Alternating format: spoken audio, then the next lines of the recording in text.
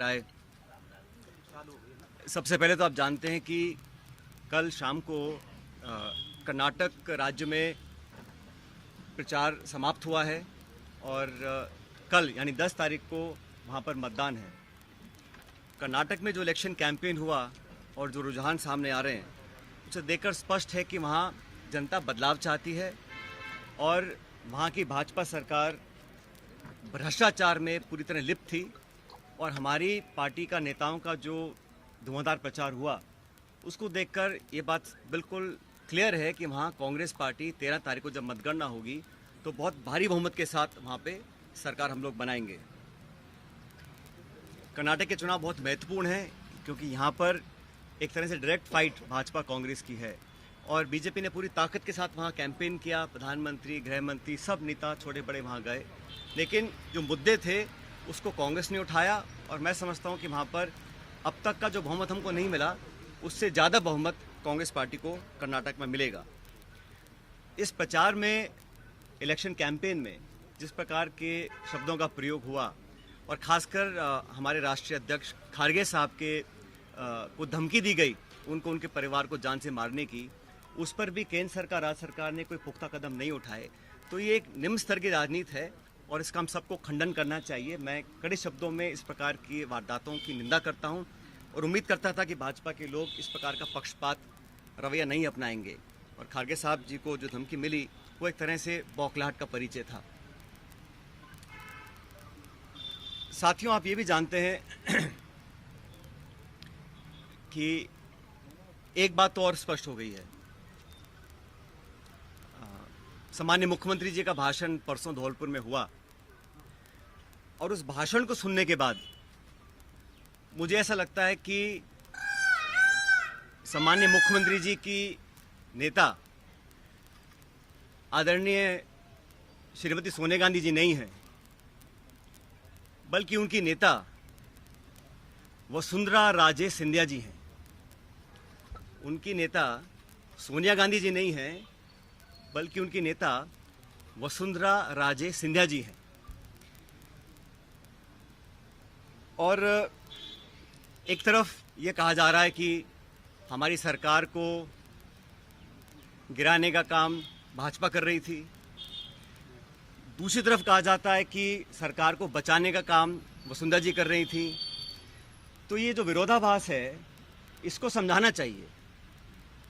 आप कहना क्या चाह रहे हैं ये स्पष्ट कर देना चाहिए।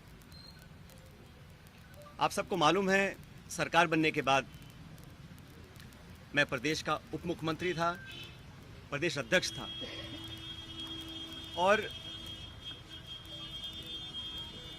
2020 में देशद्रोह, राष्ट्रद्रोह के मुकदमे में मेरे पर कार्रवाई करने की कोशिश की गई थी।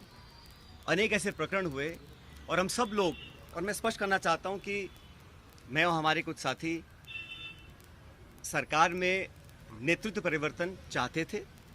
अपनी बात को लेकर हम दिल्ली भी गए और अपनी बातों को रखा।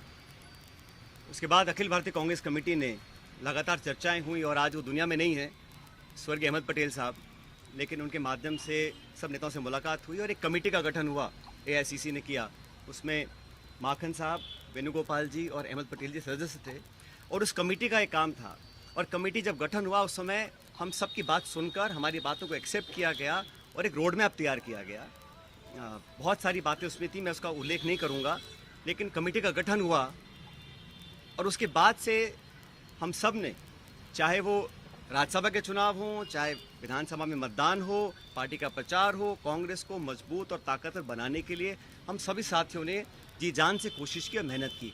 और 2.5 साल का जो कार्यकाल निकला वो इस बात का प्रतीक है। अनुशासन तोड़ने का काम कभी भी किसी ने नहीं किया। मुझे बहुत कुछ कहा गया,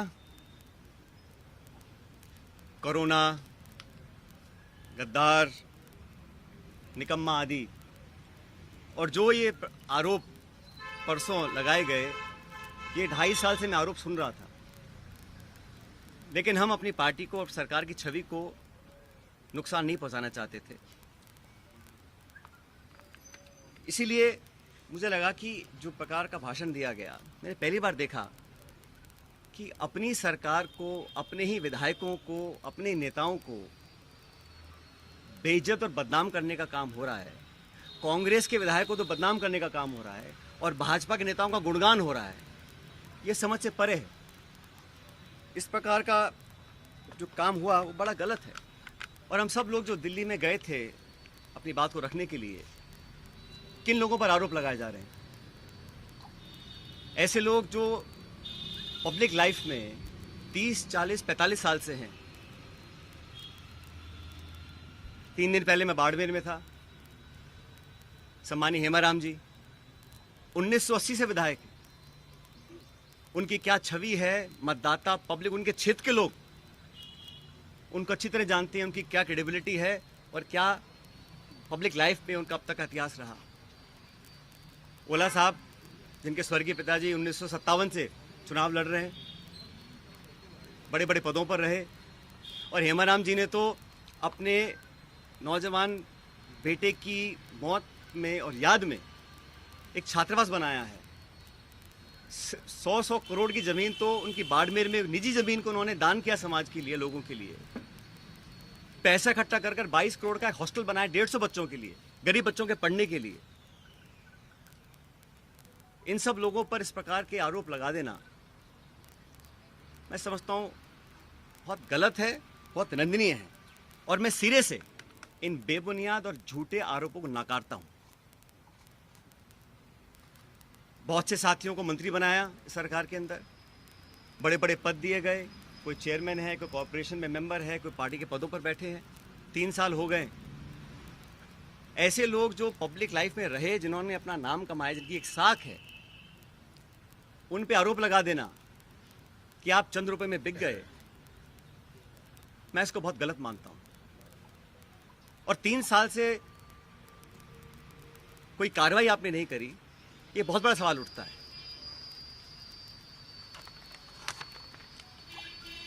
साथियों, हम दिल्ली में गए, अपनी बात को रखा और उसके बाद सारे तथ्यों को संज्ञान में लेने के बाद हमारी अध्यक्षा सोनिया गांधी जी ने 25 सितंबर को सम्मानीय माकन साहब और सम्मानीय खड़गे जी को जयपुर भेजा था। आप सब जानते हैं। वो विधायकों की मीटिंग हो ही नहीं पाई। सोनिया गांधी हमारी पार्टी के अध्यक्ष थी उस समय। उनकी जो अवहेलना हुई, उनकी जो मानहानि हुई, उनकी जो बेइज्जती हुई, वो गद्दारी थी। इतने सारे विधायक, 20, 30, 40, पता नहीं कितने विधायकों को उनकी इच्छा के खिलाफ इस्तीफा दिलवाया गया, अपनी सरकार को संकट में खड़ा करा गया। बहुत से लोग आरोप लगाते हैं कि मोदी और शाह के कहने पर इस्तीफे दिलवा दिए गए। अब ये बात मुझे बोले और मैं जाके मंच पे इस बात को बोलूं, ये शोभा देता है क्या? तो मुझे लगता है कि अब तक जो हुआ उस घटनाक्रम में वो इस बात को दिखलाता है अनुशासनहीनता किसने करी, पार्टी का डिसिप्लिन किसने तोड़ा और सही मायने में संगठन को और सरकार को कौन मजबूत कर रहा है, कौन कमजोर कर रहा है। और अपने नेताओं को खुश करने के लिए बहुत सारे लोग तरह तरह की बातें करते हैं। कोई किसी की चुगली करता है, किसी की चुगली करता है। मुझे बहुत सारे लोग आके बहुत सारी बातें बोलते हैं कि यहाँ हजारों करोड़ का घोटाला हो गया, यहाँ ये स्कैम हो गया। इन्हीं बातों को मैं मंच पर आकर इनका बखान करूं, ये शोभा नहीं देता। ये गंभीर राजनीति का परिचय नहीं है।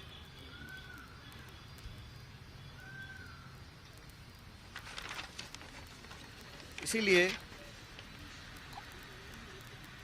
मैं, आप जानते हो, पिछले 1.5 साल से चिट्ठियां लिख रहा हूं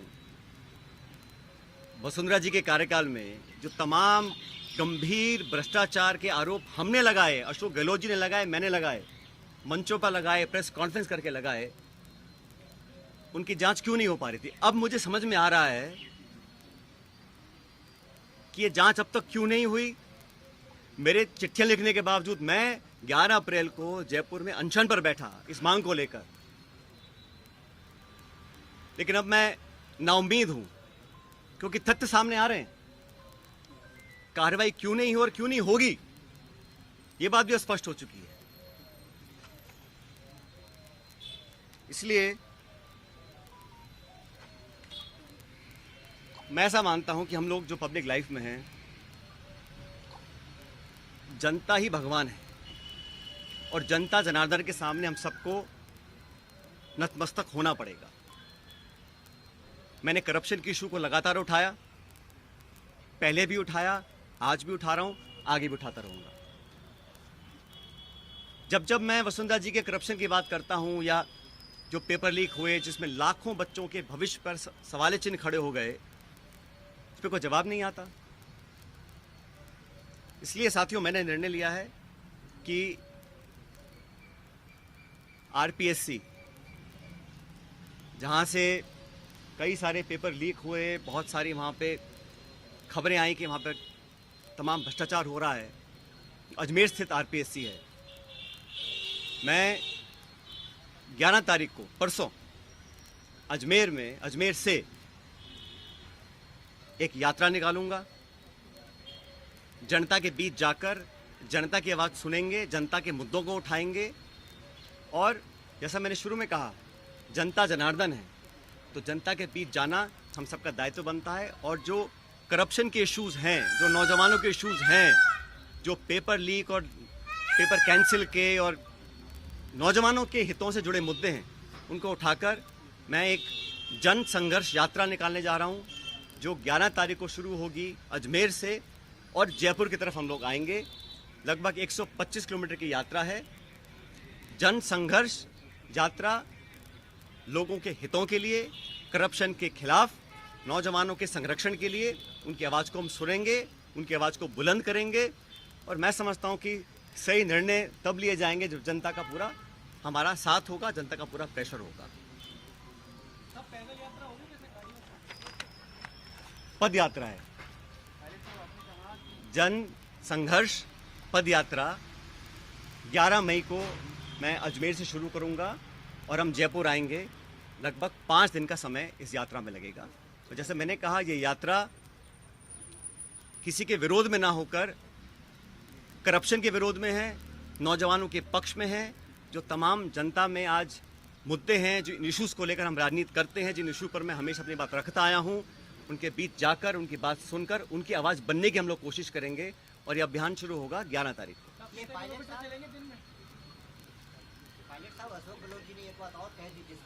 आज ये पॉलिटिकल स्टैंड क्या रहेगा, क्योंकि सबसे बड़ी जो राजनीतिक उत्सुकता यही बनी हुई है कि आपका स्टैंड क्या रहेगा, पार्टी में रहकर संघर्ष करेंगे? मैंने कहा ना आपको, कुछ लोग ऐसे हैं जो चाहते हैं कि कांग्रेस कमज़ोर हो, कांग्रेस में फूट पड़े, और जैसे मैंने कहा, बदनाम करने की, आरोप लगाने की, आलोचना करने की, चरित्र हनन करने की कहीं कोशिश अगर हो रही है तो उसको हम नाकाम करेंगे।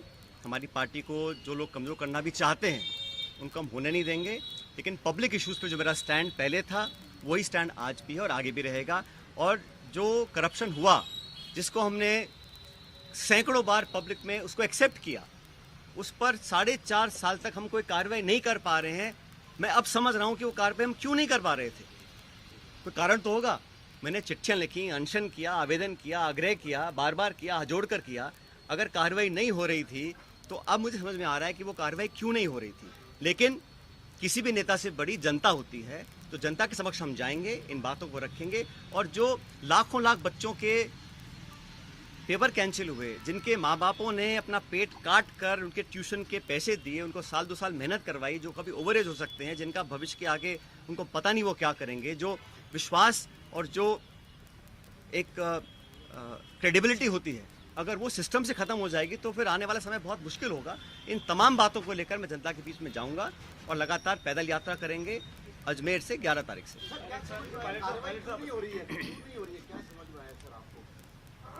मैंने कहा ना, मैंने जो धौलपुर का भाषण सुना माननीय मुख्यमंत्री जी का, उसको सुनने के बाद अब मैं समझ गया हूं कि वो कार्रवाई अब तक क्यों नहीं हुई और मेरे तमाम आग्रह करने के बाद भी क्यों नहीं हो रही। मैं समझ गया क्यों नहीं हो रही है। वो कह तो रहा हूं मैं आपको।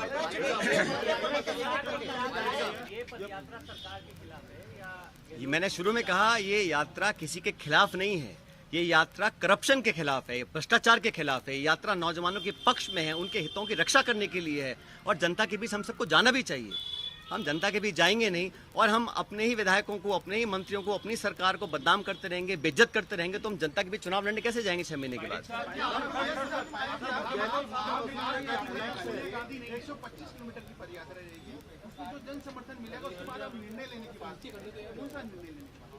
मैंने कहा है हमें करप्शन के खिलाफ कदम उठाने हैं।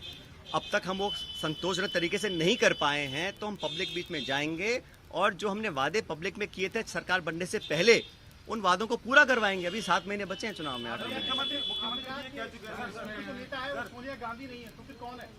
मैंने कहा ना आपको शुरू में।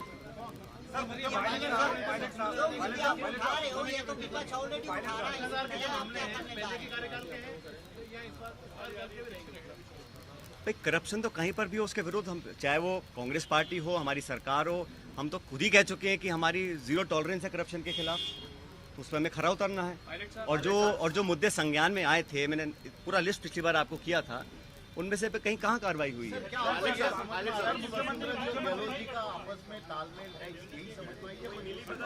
भाई मैंने कुछ नहीं कहा आपको, मैंने इतना कहा कि धौलपुर के परसों के भाषण के बाद मुझे समझ में आ गया है कि कार्रवाई अब तक क्यों नहीं हुई। कोई कारण तो होगा ना। जिस बात को मैं 5 साल लगातार बोल रहा हूँ, सरकार में आने के बाद नहीं कर रहा हूँ, तो क्या कारण थे? वो कारण सामने आ गया। उसी भाषण में मुख्यमंत्री ने कहा कि एआईसीसी से पैसा दिलवा देंगे। उसी भाषण में मुख्यमंत्री ने कहा। इसका जब ऐसा है, मैंने आपको शुरू में कहा कि मैं किसी पे आरोप लगा दूं कि इसने 1000 करोड़ खा गया, 10,000 करोड़ खा गया, 1 लाख करोड़ खा गया, उसका कोई मतलब नहीं है। पब्लिक लाइफ में अगर तथ्य प्रमाण किसी के पास हैं तो कार्रवाई कर देनी चाहिए थी, अब तक क्यों नहीं करी? और ये जो पैसे की बात है, जिन लोगों का पूरा राजनीतिक जीवन सिर्फ पैसे के दम पर पनपा हो, शायद उनको हर चीज में पैसा नोट दिखाई देता है। ऐसा नहीं है, पब्लिक जज्बात भी कुछ होते हैं, पब्लिक वोट भी कुछ होती है, पब्लिक इमेज भी कुछ होती है। जिन लोगों की राजनीति सिर्फ पैसे के दम पर चलती आई हो, उनको हर चीज में अगर पैसा दिखता है, उसका मेरे पास कोई जवाब नहीं है। मैं 3 साल से बातों को सुन रहा हूँ। मैंने बार बार कहा है कि करप्शन के खिलाफ हम सबको लड़ना है। अगर किसी पे कार्रवाई करनी तो कर देनी चाहिए थी। इंतजार किस बात का है? और जिन लोगों पे आरोप लगा रहे हैं, समझना चाहिए उनकी 30, 40, 50 साल की राजनीति है। हम भी बड़े बड़े पदों पर रहे हैं, केंद्र में रहे हैं, राज्य में रहे हैं, निर्वाचित रहे हैं, पब्लिक के सामने काम किया है। अगर कोई उंगली उठा सकता है बता दे हमारे को। इस तरह के आरोप लगाने से, सुन ले मेरी बात, इस तरह के आरोप लगाने से कोई किसी का लाभ नहीं होने वाला है। आरोप तो मैं भी लगा सकता हूँ, जबान खोलने में क्या दिक्कत है किसी को, लेकिन हम संयमित रहे। तमाम गालियां खाने के बाद भी हमने पार्टी का अनुशासन नहीं तोड़ा, आज भी नहीं तोड़ रहे हैं। हम चाहते हैं कि हम पब्लिक की बात को उठाते रहें, सच्चाई के लिए लड़ते रहें, युवाओं की बातों को रखें। आरोप लगाना बड़ा आसान होता है, लेकिन पब्लिक को जवाब देना बड़ा मुश्किल होता है। एआईसीसी का नाम लिया गया सर, एआईसीसी का नाम लिया गया, आपको नहीं लगता कि वहां से कोई खंडन होना चाहिए? अरे मैं कह रहा हूं, किसी को किसी भी करप्शन के चार्ज कहीं किसी पर भी हो, अगर तथ्य हो तो कार्रवाई कर देनी चाहिए। अब तक क्यों नहीं करी कार्रवाई किसी ने भी? ये आरोप लगाना, सुनिए मेरी बात, विधायकों पर, कांग्रेस के विधायकों पर, जिनके दम पर हम मुख्यमंत्री बने हैं, सोनिया गांधी जी जिनके आशीर्वाद से मुख्यमंत्री बने हैं, आप उन्हीं को बदनाम करेंगे, उनकी आलोचना करेंगे, उनको बेइज्जत करेंगे, तो पब्लिक सवाल नहीं पूछेगी हमसे 6 महीने के बाद। इस प्रकार के निराधार आरोप लगाना कोई बहुत गंभीर राजनीति का परिचय नहीं है। इसका क्या कह रहे हैं? मैं कह रहा हूँ ना, एक तो आरोप लगा रहे हैं कि भाजपा सरकार गिरा रही थी, दूसरी बात कह रहे हैं कि वसुंधरा सरकार बचा रही थी। तो मैं समझ नहीं आया बोलना क्या चाह रहे हैं, कौन गिरा रहा था, कौन बचा रहा था? हमारा सब समझौता दिल्ली में हो गया, कमेटी ने निर्णय ले लिया, हम सब समझौते के बाद जयपुर आए, सदन में पेश हुए, हम सब ने एक स्वर से अपनी सरकार का समर्थन किया, हर मतदान कांग्रेस के पक्ष में किया, राज्यसभा का चुनाव हो, मध्य विभाजन हो, हर जगह 2.5 साल से हम सब लोगों ने अपनी कथनी करने में कोई फर्क नहीं रखा। मैं तमाम अपनी आलोचना सुनने के बाद जो मुझे कहा आप सब जानते हैं। मैं भी तर्क दे सकता था, जवाब दे सकता था, लेकिन मैंने शासन में रहा, मुझे पार्टी की चिंता है, सरकार की चिंता है, इसलिए मैंने बोला नहीं। लेकिन इस प्रकार के पब्लिक प्लेटफॉर्म पर आकर अगर कोई किसी का चरित्र हनन करेगा तो उसका जवाब तो जनता को देना ही पड़ेगा। क्या आपको पार्टी छोड़ने के लिए मजबूर किया जा रहा है? मैं यात्रा निकाल रहा हूँ पब्लिक इश्यूज को लेकर, और मैंने कहा ना, अगर कोई चाहता है कि कांग्रेस को कमजोर करने की कोशिश करेगा तो उस कोशिश को हम नाकाम करेंगे।